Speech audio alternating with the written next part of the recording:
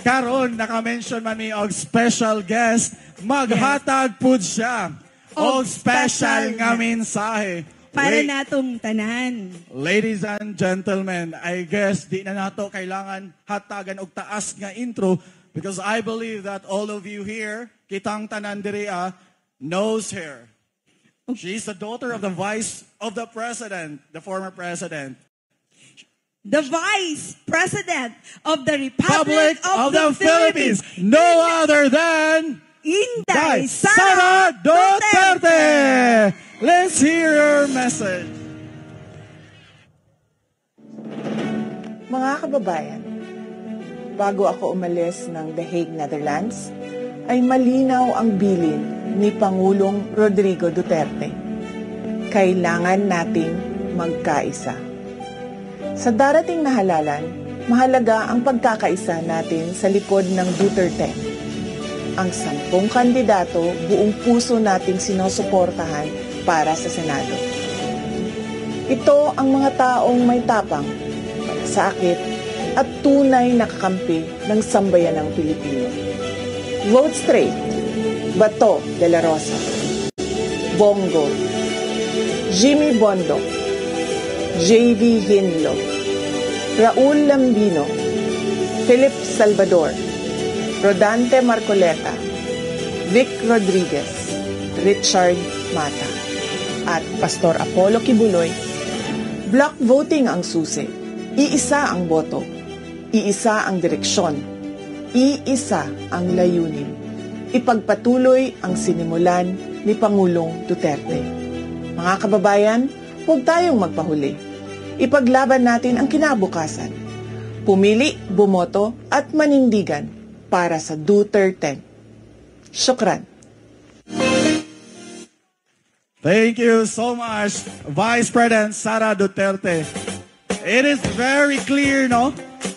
Even the statement of our Senator Robin Padilla that he wants you to vote straight PDP 10, it is because na mga umaabot nga impeachment ni Sara and we want nga majority of the Senate kay musuporta sa atong Vice Presidente. O sa dili pa na ako mupadayon sa next part sa akong program, no? I would like to ask everybody that murag daghan kong nakitang basura, no? Oh, murag puniton siguro na nato. Kay hinlo man no, pag abot nato diri hinlo man ni diri. Gani, so atong no? paglakaw hinlo sab. Mura mag lain kayo nga. Live ra ba tao? Oh, live. Ang Southern Leyte dapat limpiado. Maulaw ta sa SMNI. Hi, SMNI. Everyone, I would like to encourage katong inyong mga plastic bottles. Please pick it up and put it in the right trash, not in plaza. Daghan kaadtong salamat sa other Litenias sa pagtambong. Daghan pa kayo tang mga pasalamatan, no? And I would like to enumerate sa ato ang mga pasalamatan sa tanang mga vloggers nga naa diriya, sa PNP Chief and the PNP Sugod.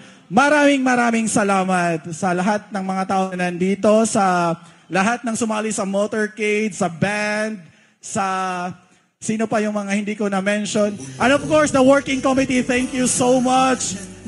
The sound system, Glyza, thank you so much, Gly. The team, the core group, Ma'am Evelyn, thank you, Ma'am Tata. The campaign team, PDP. Hello to my beloved friends. Daghan ka adong salamat natong tanan. Ug manghinaot mi nga sa inyong paglakaw.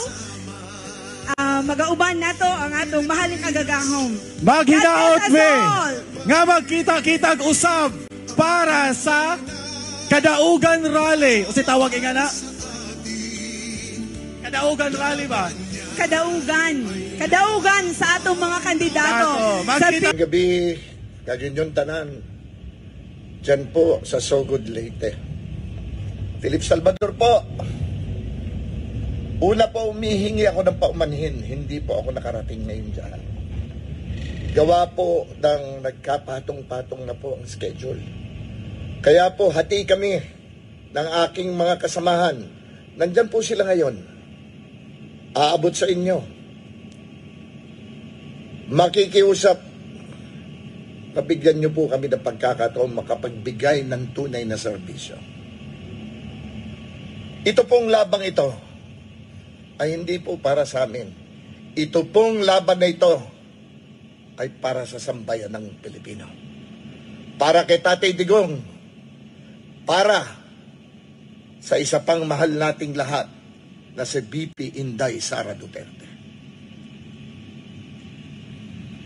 Lahat po ng tactics ay ginagawa na ng kabila para lamang po papaniwala kayo.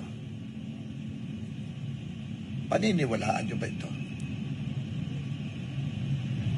Kami po ang pinili ni dating Pangulong Rodrigo Roa Duterte upang maging panlaban sa kanila. Naniniwala po sa amin si Tatay Digong. Kung naniniwala po kayo kay Tatay Digong, ay ito po kami, ang senatoriables ng PDP laban. Sugod Leyte, gusto ko lamang pong malaman nyo na ang aking ama ay tigarian din. Ako'y Sulce Reyes Salvador. Ang aking pong ama si Lu Sulce Salvador. Magkababayan po tayo. Bigyan niyo po ng pagkakataon ang senatoriables ng PDP laban. Walang hangad kung hindi makapagserbisyo sa inyo, kung hindi maiahon kayo sa kahirapan. Hindi yung puro pangako na lamang po, na paulit-ulit, yan pa rin ang buhay nyo. Ganito po ang gusto natin mangyari sa ating bansang Pilipinas. Kayo na po ang humusga. Tandaan nyo lamang po, ang mga kandidato ng PDP laban, senatoriables, ay hindi pang sarili. Ang puso at gawa para sa inyo. Bigyan nyo kami ng tsansa. Bigyan nyo kami ng pagkakataon. Malapit na po. Malapit na ang Mayo 12. This is the chance of our country na magkaroon talaga ng pagbabago. Mahal po kayo ng Panginoon Diyos. At pakatandaan niyo po, mahal kayo ng senatoriables ng PDP laban. Ako po si Philip Salvador, hindi abogado, hindi doktor, hindi engineer. Ako'y isang artista lamang. Pero ako po yung artista magiging epektibong maglingkod at magserbisyo sa sambayan ng Pilipino. Kandidato bilang senador ng Republika ng Pilipinas. Numero 58 po sa balota. To God be the glory and honor. Vote straight. PDP laban senatoriables. God bless us all. And that is number 58, Philip Salvador. At ug makaasa bata ninyo nga inyong butaran si Philip Salvador. Makaasa bata ninyo Southern Leyte nga mo votes rate mo sa PDP laban. Kana, that's what we want to hear. Okay. Makakaasa